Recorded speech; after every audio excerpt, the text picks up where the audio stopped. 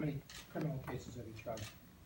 Well, in the last 20 years, I've actually been a civil litigator, and not a criminal prosecutor. So I've done some pro bono pardon cases. I haven't tried a criminal case, but the fact is it's kind of like riding a bicycle.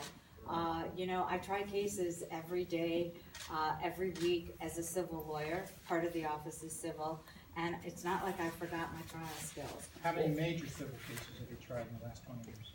Well, I've tried administrative cases. I have about 8 or 10 cases pending right now. Any to a jury? In civil cases, no. Do you think that's a problem in terms of the trial lawyers of the 800 or so lawyers, or 900 of the trial lawyers in the state's attorney's office who prosecute street crime? Is that a problem in terms of them respecting you? I don't think it's a problem at all. Listen, I tried 12 or 14 juries when I was in the state's attorney's office, had my tie cut a number of times when you win your jury and put it on the wall. And the fact of the matter is that I have the requisite trial experience, I have the independence, and I have the leadership skills to lead this office. And I don't believe my one opponent, the incumbent, we know what a disaster the office has been under her reign. And you want to talk about trial skills, Ms. Fox has tried one jury, and she hasn't practiced law in the last 3 years. Do the endorsements concern you at all? Those you picked up from the one today. Yeah, I saw that. Not unexpected when you have Tony Preckwinkle pressing the flesh for you, making the calls every day to get your campaign contributions and your endorsements. You know, Ms. Fox is endorsed and Ms. Alvarez is endorsed by most of the aldermen who don't want the Inspector General to be able to lift up a cover and see what's going on and how they're spending our tax dollars. They certainly don't want an independent prosecutor in that office who could actually subpoena information and actually conduct a public corruption investigation. So the endorsements by politicians who want politics as usual, that doesn't concern me at all. I'm endorsed by the people. I'm endorsed by victims who have had calls not returned from the state's attorney's office or the county for that matter. Those are the endorsements that matter to me, not corrupt politicians. The special prosecutor's idea, though, seemed to be sort of solidly shot down on economic grounds tonight. Did you rethink that, or is there a way around that issue? Listen, if there's a need for a special prosecutor, I would certainly entertain that, but not on every case. I mean, what Ms. Fox is suggesting is that because of the relationship between the state's attorney's office and the police, that you can never get an independent investigation. Well, the police bring you burglary cases, they bring you murder cases, they bring you armed robberies. So if you can't trust that relationship to be fair and independent in your prosecution, we might as well get rid of the whole state's attorney's office. So it doesn't make sense. And as I said in my statements at the debate, why don't we elect a prosecutor that we can actually trust?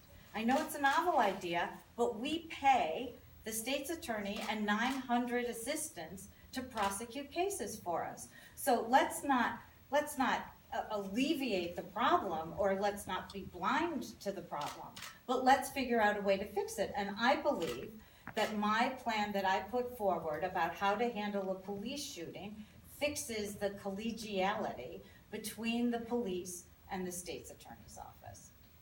How are you gaining the Latino vote, especially when your name is not so familiar to them? I've been out in the communities. I have the support of Alderman Maldonado, who's been very helpful. And I'm out there getting the support of every community, including the Latino community. Ms. Alvarez, even though she's a Latina, doesn't have a lot of grassroots support in her own community. Her policies haven't been good for the community, and her hiring in the office hasn't been good for the community. So when I get my message out, I win over voters. If you had been there in 2014, at the time of the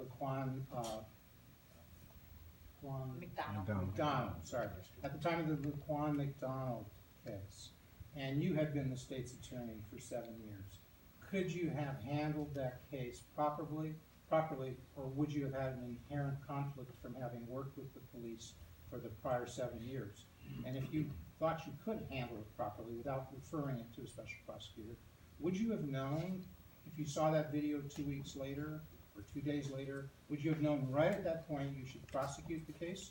Or if you had to go out and do something, as Ms. Alvarez pretends she did, what would you have done?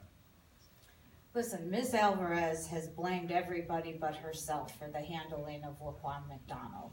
You know, she first blames the feds, that she was waiting for the feds. Well, first of all, the U.S. Attorney's Office, and I was a part of that office, does not indict on state murder charges. It may be doing a civil rights investigation of the police department, of the mayor's office, or even of the state's attorney's office, but she did not have to wait to announce criminal charges in a state murder or a perjury or an obstruction of justice charge for that matter. That is just an excuse. I don't think anybody in this county thinks that anything good happened during those 400 days. And frankly, I don't think if the judge wasn't going to release that videotape, we would have no indictment today. Officer Van Dyke would still be on the street. Of course, the other officers who wrote false police reports, they are still on the street. So what's taken her so long?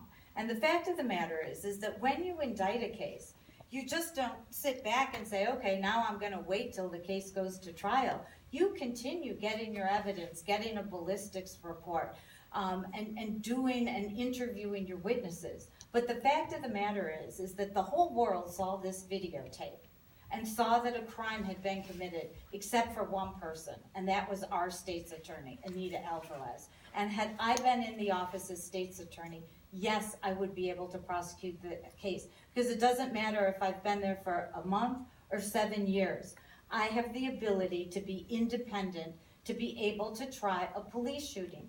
This is a case unique to Anita Alvarez's tenure. We didn't have these discussions about special prosecutors before she got in. It is the fact that she has based her decisions on politics and not on the evidence that has caused her the issue. And that will not happen with me. Would you have indicted solely on the basis of having seen that video? Having seen the video, look, she had the video, she had the police reports. And the question I have consistently asked her, and she has yet to answer, maybe she answered in your press conference today, but in the 3 or 4 times that she has shown up for a candidate forum or a debate, she has failed to answer the question. What evidence was it on day 400 that you had that caused you to believe that you had enough for indictment that you didn't have on day 40? And when I look at the police reports, well, I haven't looked at the police reports, but she had the police reports, she had the video.